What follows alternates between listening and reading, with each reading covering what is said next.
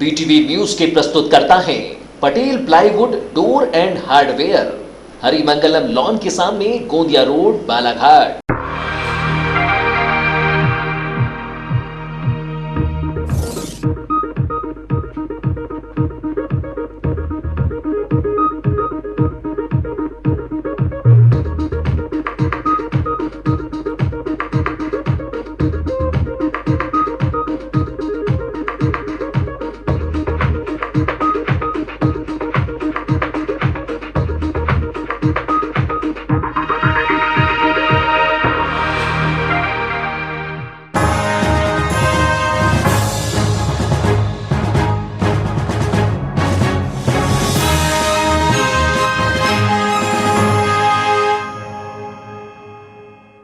नमस्कार, BTV news के इस बुलेटिन में आपका स्वागत है। सबसे पहले आइए एक नजर डालते हैं आज की कुछ खास खबरों पर।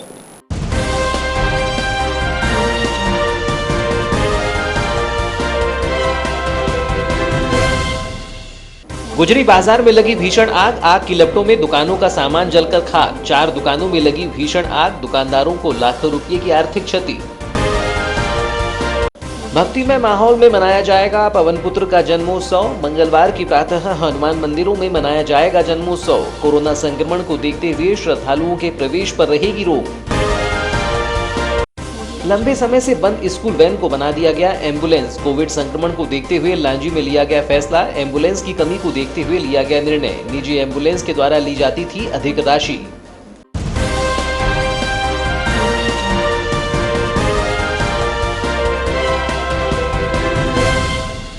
और अब समाचार विस्तार से। लॉकडाउन के दौरान जहां बाजार पूरी तरह बंद है, वहीं सोमवार की दोपहर गुजरी बाजार में अचानक आग लग गई। बाजार के भीतर की कुछ दुकानों से लोगों ने आग की लपटें उठती देखी, जिसके बाद लोगों की भीड़ जमा हो गई। आग पर काबू पाया जाता इसके पूर्व ही 4 दुकानों में रखा सामान पूरी तरह जलकर खाक हो गया, जिससे दुकान मालिकों को लाखों रुपये का आर्थिक नुकसान हुआ है। शहर के गुजरी बाजार के भीतर की दुकानों में सोमवार की दोपहर अचानक आग लगने की खबर सामने आई, जिसके बाद लोग गुजरी बाजार की तरफ पहुंचने लगे। यहां के दुकानदार भी अपनी दुकानों की चिंता में गुजरी बाजार पहुंचे, जिसमें सहमे हुए लोग दुकानों को देखते रहे। लेकिन आग की ऊंची लपटों के बीच इस पर काबू पाना आसान नहीं था। लोगों ने आग बुझाने का प्रयास किया, लेकिन तब तक दुकान में रखा सामान पूरी तरह जलकर खाक हो चुका था। प्रशासनिक अधिकारियों को सूचना मिलने पर उन्होंने गुजरी बाजार की तरफ रुख किया, जिसमें अग्निशमन वाहन भी पहुंचा, लेकिन गुजरी बाजार की सकरी गली के भीतर तक दमकल वाहन नहीं पहुंच सका, जिससे आग बुझाने के प्रयास विफल हो गए। बताया गया कि गुजरी बाजार की 4 दुकानों को आग ने पूरी तरह घेर लिया था और इसमें एक कपड़ा दुकान, सब्जी दुकान तथा 2 जनरल सामान की दुकानों का सामान जलकर खाक हो गया। इन दुकानों में Mukesh general store, Sanjay readymade, Ganesh सब्जी दुकान तथा रिंकू जनरल सामान की दुकानों में आगजनी से लाखों रुपये की आर्थिक क्षति हुई है।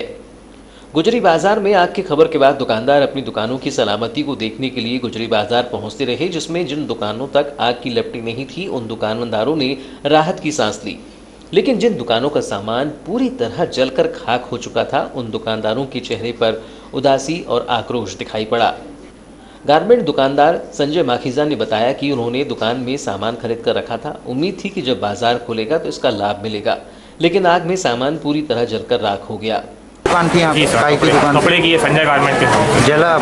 लगभग कितने का नुकसान हुआ? 2.5 से 3 लाख रुपए का नुकसान हुआ है। पूरे कपड़े हैं इसमें जो जले हैं। कैसे क्या आग लगी कुछ जानकारी? मुझे समझ में नहीं आया था, समझ में पता चलेगा।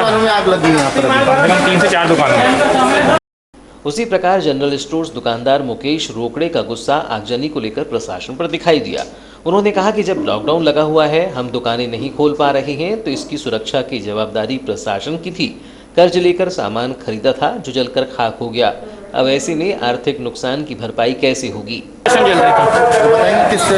कारण से आग लगी आपकी दुकान में? सर, लॉकडाउन लगा हुआ है, सब अपने अपने घर में है। दुकानदारों को दुकान खोलने का परमिशन नहीं है। हम कैसे आएंगे यहाँ पर? आओ तो पुलिस वाले मारते हैं। अब ये बताइए कि हम अपनी दुकान की सुरक्षा कैसे करें? पर आज ये इतनी बड़ी हानि हो गई। आज हमारे पे इतना कर्जा है, कहाँ से देंगे? हमारे 12 लाख रुपए की अभी खरीदी किया था, लोगों से कर्जा ले लेके बैंक में प्रॉपर्टी रख के 5 लाख रुपए लोन लिया हूँ। अब उसके बाद मैं कहाँ से भरूँगा साहब? ये तो हमारे बच्चों को भूखे मरने की नौबत आ गई। लॉकडाउन तो वैसे 20 दिन का था, एक तो उसमें मर रहे हैं, ऊपर से लोगों से जो कर्जा लिए हैं उसमें भी मरेंगे, या तो फिर पूरा परिवार फांसी लगा के मरेगा, क्योंकि हमारे पास तब कुछ बचा ही नहीं है। गवर्नमेंट तो कुछ अब बोलेंगे नहीं, क्योंकि ये सब जो चीज़ें हो रही है लॉकडाउन में, अगर ये चीज़ हो रही है तो प्रशासन क्या देख रहा है? अगर दुकानें बंद है तो मैं बोलता हूँ ये अगर अंगार लगने की बात। सब्जी व्यापारी शुभम रत्नेरे का कहना है कि यह सीजन का समय था और सभी दुकानदारों ने अपनी दुकानों में माल भर कर रखा था, जो आग लगने के बाद पूरी तरह जल चुका है, जिससे सभी को नुकसान हुआ है। हम लोग बस इधर घूम रहे थे, हमको पता चला कि यहाँ पर गुजरी के अंदर अंगार लग गई है। मुश्किल से 10 मिनट में अंगार इतनी ज़्यादा फैल गई कि अपने अंगार में लगभग 4 से 5 दुकानें इसकी चपेट में आ गई है और बहुत ज़्यादा नुकसान हुआ, क्योंकि दुकानदारों का मेन अभी सीजन का समय था। सभी की दुकानों में अभी पर्याप्त मात्रा में माल रखा हुआ है, तो और अंगार लगने की वजह से उनको बहुत ज़्यादा नुकसान हुआ है। क्या क्या सामान था जो जला है? ये शॉर्ट सर्किट की वजह से हुआ है। क्या कुछ सामान की हानि हुई है अभी? सामान तो सारा ही बर्बाद हो गया, कुछ भी नहीं बचा अभी दुकान के की दुकानें थी जो पूरी, एक कपड़े की दुकान है, एक सब्जी की दुकान है और 2 जबकि आगजनी के इस मामले में तहसीलदार रामबाबू देवांगन ने बताया कि सूचना मिलने पर प्रशासन दमकल वाहन लेकर पहुंचा था और पहुंचने में देरी भी हुई। सकरी गलियां होने की वजह से दमकल वाहन भीतर तक नहीं जा सका, इसका खेद है और आगामी समय में जब भी बाजार खुलेंगे तो अतिक्रमण हटाने की कार्यवाही की जाएगी।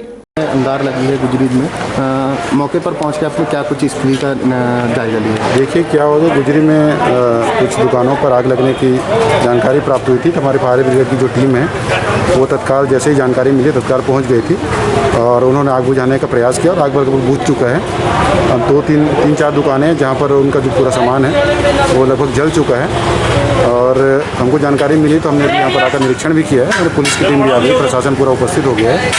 थोड़ी सी प्रॉब्लम ये हुई कि यहाँ पर कुछ संख्या में छोटे छोटे अतिक्रमण है, जिसके कारण से फायर ब्रिगेड की जो गाड़ी है उसको पहुँचने में असुविधा हुई है। तो इस पर हम इसके बाद ये जो देखा जाए तो आगजनी की इस घटना को लेकर प्रशासन पर पीड़ित दुकानदारों का आक्रोश है। आगजनी की घटना ऐसे समय में हुई है जब बाजार लॉकडाउन की वजह से बंद है और चौक चौराहों पर पुलिस की गश्त है। यही कुछ पीड़ितों के हाव भाव से भी पता चलता है और उनका आक्रोश सीधे तौर पर प्रशासन पर फूटता है। आग की वजह से खाक हुई दुकानों से सहमे हुए व्यापारी सामान को देखते ही रहे, जिसमें उन्हें यह उम्मीद थी कि कुछ तो बचा होगा, लेकिन आग की लपटों में सब कुछ जलकर खाक हो गया, जिसके फलस्वरूप भीषण महामारी और आर्थिक संकट के बीच इन्हें बड़ी क्षति पहुंची है। चैत्र शुक्ल पूर्णिमा पर 27 अप्रैल को पवन पुत्र वीर हनुमान का जन्मोत्सव भक्तिमय वातावरण में आस्था, उमंग और उत्साह के साथ घरों, मंदिरों एवं देवालयों में सादगीपूर्ण रूप से मनाया जाएगा। वहीं अधिकाधिक भक्तगण घरों पर ही हनुमान जन्मोत्सव को मनाएंगे। मंगलवार को प्रातः 5:45 पर जय जय हनुमान गोसाई के जय घोष के साथ मंदिरों में जन्म उत्सव पर पूजन अर्चन किया जाएगा तथा हनुमान लला की आरती उतारी जाएगी। हनुमान जन्मोत्सव को लेकर संकट मोचक हनुमान मंदिर कालीपुतली, हनुमान मंदिर चौक, पंचमुखी हनुमान मंदिर चित्रगुप्त नगर, दक्षिणेश्वर हनुमान मंदिर कृष्ण मंदिर के सामने, विवेक ज्योति स्कूल के सामने, सिद्धेश्वर हनुमान मंदिर देवी तालाब के साथ ही वनगंगा तट पर स्थित बजरंग घाट एवं जिले के प्रसिद्ध सिद्धपीठ रामपायली में लंगड़े हनुमान मंदिर में इस वर्ष कोरोना वायरस के संक्रमण काल के चलते सोशल डिस्टेंसिंग का पालन करते हुए मनाया जाएगा। वहीं जयस्तंभ चौक स्थित मां त्रिपुर सुंदरी मंदिर से निकलने वाला विशाल चल समारोह इस वर्ष नहीं निकाला जाएगा। इसके साथ ही जिले भर में रामपायली, वारासिवनी, कटंगी, लालबर्रा, लांजी, किरनापुर, बैहर, परसवाड़ा में घर पर ही भक्त हनुमान जयंती मनाएंगे तथा मंदिरों में भी सादगीपूर्ण रूप से यह मनाया जाएगा। ज्ञात हो कि देश भर में चल रहे कोरोना संक्रमण को देखते हुए मंदिर समितियों ने यह निर्णय लिया है कि जयंती कार्यक्रम को सूक्ष्म रूप से मनाया जाए, जिसमें मंदिरों में अधिक श्रद्धालुओं के प्रवेश पर रोक रहेगी। इस विषय में जानकारी देते हुए कालीपुतली चौक स्थित संकटमोचक हनुमान मंदिर के पुजारी कपिल देव शास्त्री ने बताया कि मंगलवार की प्रातः 5:45 पर संकटमोचक हनुमान मंदिर कालीपुतली में हनुमान जी का जन्मोत्सव मनाया जाएगा, जिसमें मंदिर के पुजारी ही हनुमान लला की आरती उतारेंगे और चोला चढ़ाएंगे। उन्होंने बताया कि बहुत ही सादगीपूर्ण माहौल में जयंती मनाई जाएगी, जिसमें अधिक संख्या में श्रद्धालुओं के प्रवेश की अनुमति नहीं होगी। वहीं जो भी श्रद्धालुगण आएंगे उन्हें मास्क पहनना अनिवार्य रहेगा। कल प्रातःकालीन भगवान का 5:45 पर जन्म दिवस मनाया जाएगा, प्रकट उत्सव मनाया जाएगा और उसके पूर्व भगवान का अभिषेक पूजन और फिर प्राकटोत्सव मनाया जाएगा। सीमित भक्तों को बीच में इस भगवान के जन्मोत्सव को मनाया जाएगा और उसके बाद में सुंदरकांड का पाठ होगा। सुंदरकांड के पाठ के बाद में फिर लगभग 8:30-9 बजे के बाद कुछ समिति के पदाधिकारियों के द्वारा यहाँ पर यज्ञ का आयोजन है, तो वो यज्ञ किया जाएगा और यज्ञ के पश्चात में फिर सायंकाल में 7:30 बजे भगवान की महाआरती की जाएगी। वो भी सीमित भक्तों के साथ में ही उसका होगा और विशेषता ध्यान दिया जाएगा कि कोई भी भक्त जो है यहाँ पर जो भक्तगण आएंगे वे बिना मास्क के कोई भी नहीं आए और आपस में जो उनका डिस्टेंसिंग है उसको ये नियम को भी फॉलो किया जाएगा। इसी तरह नगर के वार्ड क्रमांक 6 स्थित पंचमुखी हनुमान मंदिर के पुजारी पंडित राम सुरेश मिश्र ने बताया कि कोरोना संक्रमण को देखते हुए मंगलवार की प्रातः मंदिर समिति के लोगों की मौजूदगी में कोरोना गाइडलाइन का पालन करते हुए भगवान हनुमान का जन्मोत्सव मनाया जाएगा। इस दौरान पवन पुत्र से आग्रह किया जाएगा कि कोरोना महामारी से निजात दिलाई जाए। अब कोरोना महामारी के कारण सिर्फ समिति के 2-4 लोगों की मौजूदगी में बिल्कुल शांतिपूर्वक कोरोना गाइडलाइन को पालन करते हुए हनुमान जी का जन्मोत्सव प्रातः 5 बजे मनाया जाएगा। इसके पश्चात फिर आगे और क्या? इसके बाद 5:34 पर हनुमान जी की आरती होगी और हनुमान जी से प्रार्थना करेंगे कि इस महामारी जल्द से जल्द सभी को निजात दिलाए। अन्य जैसे कार्यक्रम हवन पूजन नहीं, सब सारे कार्यक्रम जो है रद्द कर दिए गए, सारे कार्यक्रम रद्द कर दिए। बिल्कुल शांतिपूर्वक 2-4 लोगों के द्वारा मनाई आराधना की जाएगी। ठीक। जिले में बढ़ते कोरोना संक्रमण को देखते हुए जहां जिले में कोविड संक्रमितों के लिए बेड सहित ऑक्सीजन की समस्या बनी हुई है, तो वहीं कोरोना संक्रमितों को कोविड सेंटर तक ले जाने के लिए एम्बुलेंस के लिए भी जिले में काफी समस्याएं देखी जा रही हैं, जिसको लेकर अब लांजी में एक नई पहल की गई है। यहां बढ़ते कोविड संक्रमण को देखते हुए स्कूल वैनों को एम्बुलेंस की तरह चलाने का फैसला लिया गया है। लांजी सिविल अस्पताल से 25 अप्रैल को 3 एम्बुलेंस सेवा प्रारंभ की गई है। बता दें कि उक्त एम्बुलेंस प्रारंभ करने के लिए 2 दिन पहले ही जिला अध्यक्ष रमेश भटेरे और उनकी टीम तथा प्रशासनिक अमले के द्वारा बैठक कर निर्णय लिया गया था, जो कि उन मरीजों के लिए है जो कोविड-19 जैसे लक्षणों के लिए सीटी स्कैन कराने के लिए बालाघाट या गोंदिया जाते थे।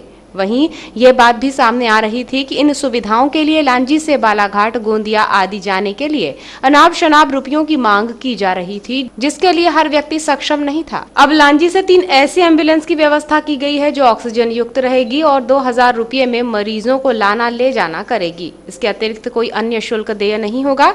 इस सेवा की शुरुआत 25 अप्रैल को भाजपा जिला अध्यक्ष रमेश भटेरे ने हरी झंडी दिखाकर की।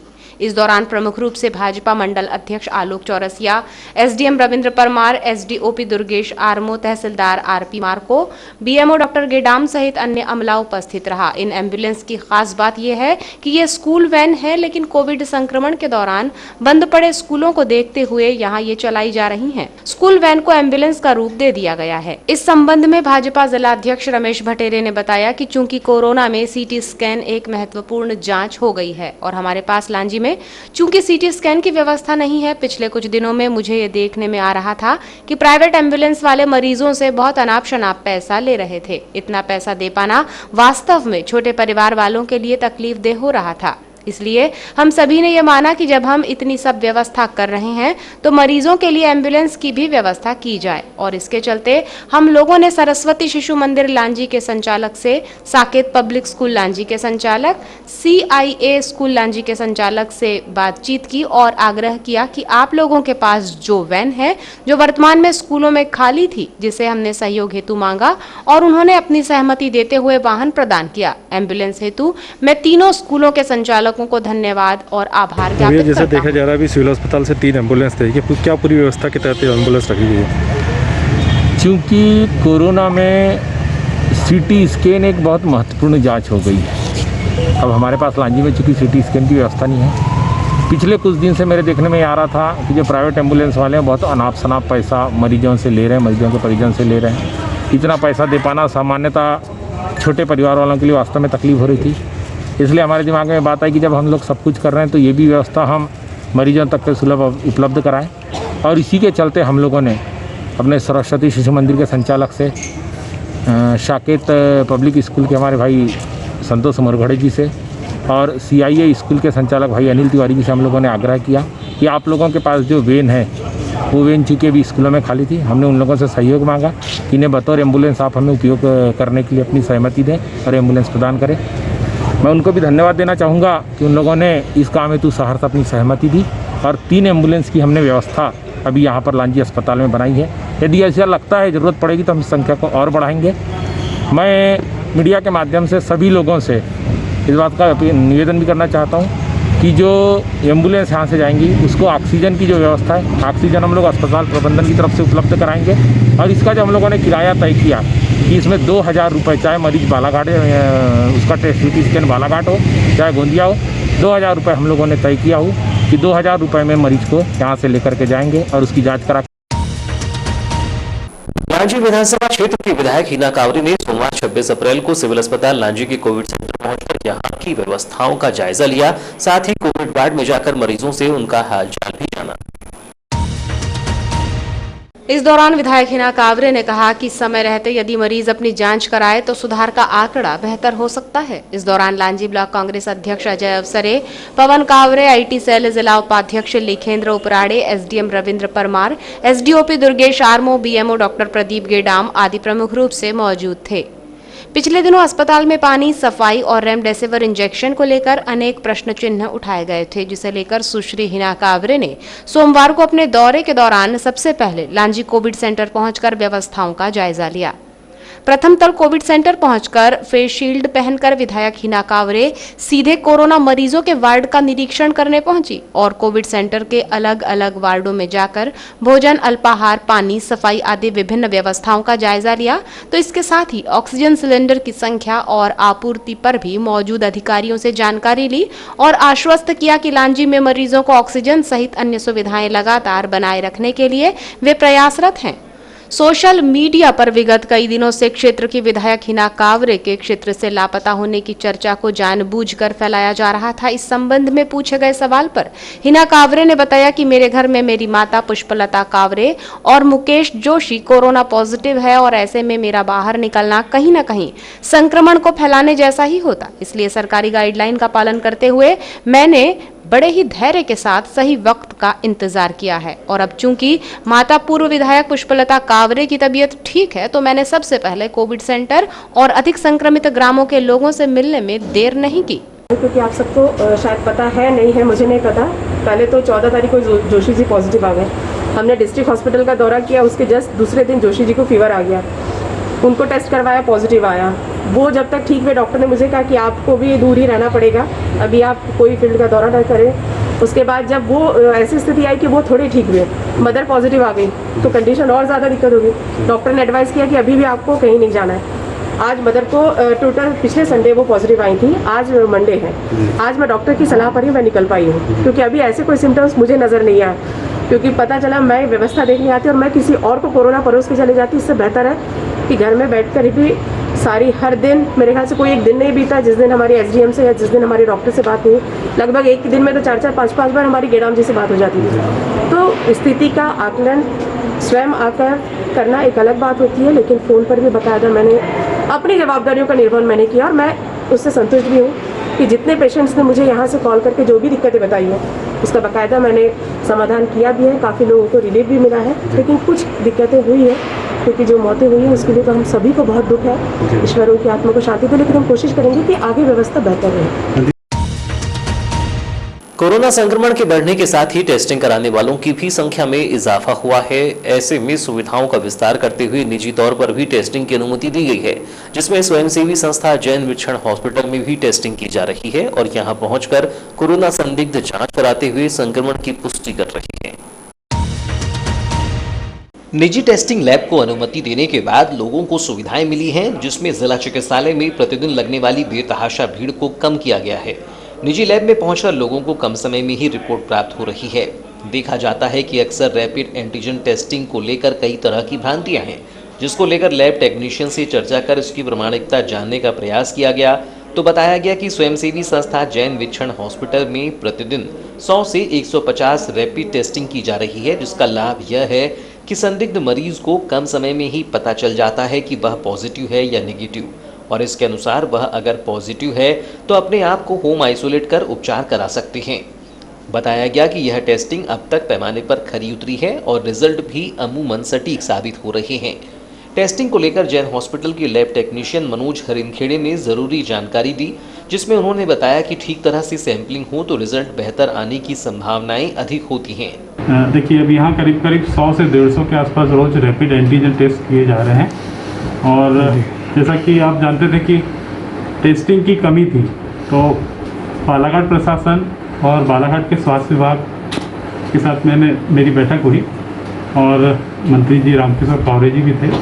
इस तरह से एक जैन हॉस्पिटल, जो कि एक स्वयंसेवी संस्था है, जो काफ़ी सालों से चल रही है, तो कलेक्टर महोदय ने और CMHO महोदय ने मुझसे बोला कि आप रैपिड एंटीजन टेस्ट, क्योंकि लोगों को एक पैनिक था, लोगों में एक डर था कौन पॉजिटिव है कौन नेगेटिव, लोग जानना चाहते थे और टेस्ट कराना चाहते थे। एक ऐसी सिचुएशन आई, एक पेंडेमिक कोरोना महामारी का जो डबल स्ट्रेंथ म्यूटेंट जो दूसरा आया, इस समय जिस तरह से अफरा तफरी मची, तो इस विचक्षण जैन हॉस्पिटल ट्रस्ट को इस टेस्ट की एंटीजन टेस्ट की जिम्मेदारी प्रशासन की ओर से दी गई, जिसको मैं लगातार पिछले 7-8 दिनों से लोगों की मदद के रूप में, कि कम से कम उनको पता तो चल जाए और वो लोग कम से आइसोलेट हो जाए, तो लोगों में फैलने से कोरोना की महामारी को और हम बचाव कर सकते हैं, उसको रोक सकते हैं। तो इस काम में मैं लगा हुआ हूँ। कब तक कोरोना संक्रमण की वजह से जहां लॉकडाउन प्रभावी है, ऐसे में घरेलू हिंसा और महिला उत्पीड़न की घटनाओं में भी बढ़ोतरी हुई है। जिला अस्पताल में ऐसे भी मामले पहुंच रहे हैं जिसमें महिलाओं के साथ हिंसा की गई और उन्हें गंभीर चोटें आई हैं, जिससे उनका इलाज चल रहा है। 1 वर्ष पूर्व चले चरणबद्ध लॉकडाउन के बाद फिर से लॉकडाउन के रूप में जनता कर्फ्यू चल रहा है। ऐसे में लोग घरों में हैं, तभी महिला हिंसा और उत्पीड़न के मामले भी बढ़ते जा रहे हैं। अधिकांश मामले ग्रामीण अंचलों से सामने आ रहे हैं, जिसमें जिला चिकित्सालय में मारपीट की शिकार महिलाएं उपचार के लिए पहुंच रही हैं। जिला चिकित्सालय RMO AK लांजेवार ने बताया कि लॉकडाउन में ऐसी परिस्थिति देखी जाती है कि लोग घरों में रहते हैं तो मानसिक परेशानी का शिकार हो जाते हैं और कई बार ये नौबत मारपीट तक पहुंच जाती है। जिला अस्पताल में वर्तमान में 10 से 15 महिलाएं ऐसी पहुंची हैं जिन्हें घरेलू हिंसा का सामना करना पड़ा है। विशेषकर पति द्वारा उन्हें मारपीट की गई और इसी वजह से उन्हें अस्पताल में भर्ती कराया गया है। इस मामले पर चिंता जताते हुए बताया गया कि इस दौर में महामारी के गंभीर परिणाम सामने आ रहे हैं, जबकि घरेलू हिंसा के मामले भी सामने आना बेहद दुखद है। RMO ने कहा कि यह अवसर परिवार के साथ बिताने का है, इसलिए आपसी सामंजस्य से परिवार के साथ हर पल खुशियों के साथ बिताया जाना जरूरी है। के मामले भी काफ़ी प्रकाश में आ रहे, क्या कहना चाहिए? हाँ, इस संबंध में मैं स्पेशल फोकस करना चाहूँगा। जैसे पिछला जो कोविड फेज़ था 2020 का, उस समय भी लॉकडाउन लगा हुआ था, तो लोगों को ये हिदायत दी गई थी कि भाई आपको घर पे ही रहना है, अपने घर पे ही रह के संक्रमण को बढ़ने से रोकना है, ताकि हमारी चैन टूट सके और कोरोना वायरस को हम यहाँ से निकाल सकें। लेकिन वर्तमान समय में भी वही स्थिति निर्मित हो गई है, क्योंकि लोगों को ये हिदायत दी जा रही है कि भाई आप अपने घर पे ही रहिए, घर पे रहेंगे तो आप सुरक्षित रहेंगे, जिससे कोविड-19 का जो संक्रमण है उसकी चैन टूट सके और व्यक्ति तो व्यक्ति जो कम्युनिटी ट्रांसमिशन हुआ है उसको हम ब्रेक कर सके और यहाँ पे हम संक्रमण को स्थगित कर सकें। लेकिन ज़्यादा मतलब देखा गया है कि कुछ ऐसे लोग होते हैं जिनका मतलब क्या मनसा होती हैं, जो शराब का सेवन करने के बाद में घर जाते हैं और अपने घर में अपनी पत्नी के साथ में या फिर अपने घर परिवार के साथ में झगड़ा करते हैं। ये बहुत ही गलत होता है। मेरा ये मानना है कि अभी वर्तमान समय में खुशियों को बटोरिए, आप अपने परिवार के साथ रहने मिल रहा है तो उसे संजो के रखिए। कुछ टेलीविज़न में अपने फैमिली के साथ में टीवी देखिए और गार्डनिंग कीजिए। घर के जो काम होते हैं साफ़ सफाई के, अपने घर में सभी के साथ में हाथ बटाइए। अपने बुजुर्गों को, अपने जो सीनियर सिटीज़न हैं उनको सेफ। अभी उत्पीड़न इतना ज़्यादा बढ़ जाता है क्योंकि घर में रहने मिलता है तो लोगों को ऐसा चिड़चिड़ापन महसूस होता है। मैं ये मानता हूँ कि इस तरफ से बिल्कुल सोचना नहीं चाहिए कि हम घर में रह रहे हैं तो हम क्यों चिड़चिड़ होते हैं। तो कितने मामले ऐसे हैं? पिछले कुछ दिनों से देखा गया है कि 15 से 20 मामले यहाँ दर्ज हुए हैं उत्पीड़न के, कि महिलाओं ने आके दर्ज करवाया कि भाई मेरे साथ में मारपीट की गई है उक्त व्यक्ति के द्वारा, मेरे साथ में गाली गलौज किया गया है, और ऐसे मामले बढ़ जाते हैं इस समय में। तो मेरा ये मानना है कि ऐसा करना थोड़ा गलत होता है। तो ये थी अब तक की खबरें। नई खबरों के साथ एक बार फिर हम हाजिर होंगे, तब तक के लिए दीजिए इजाजत। नमस्कार।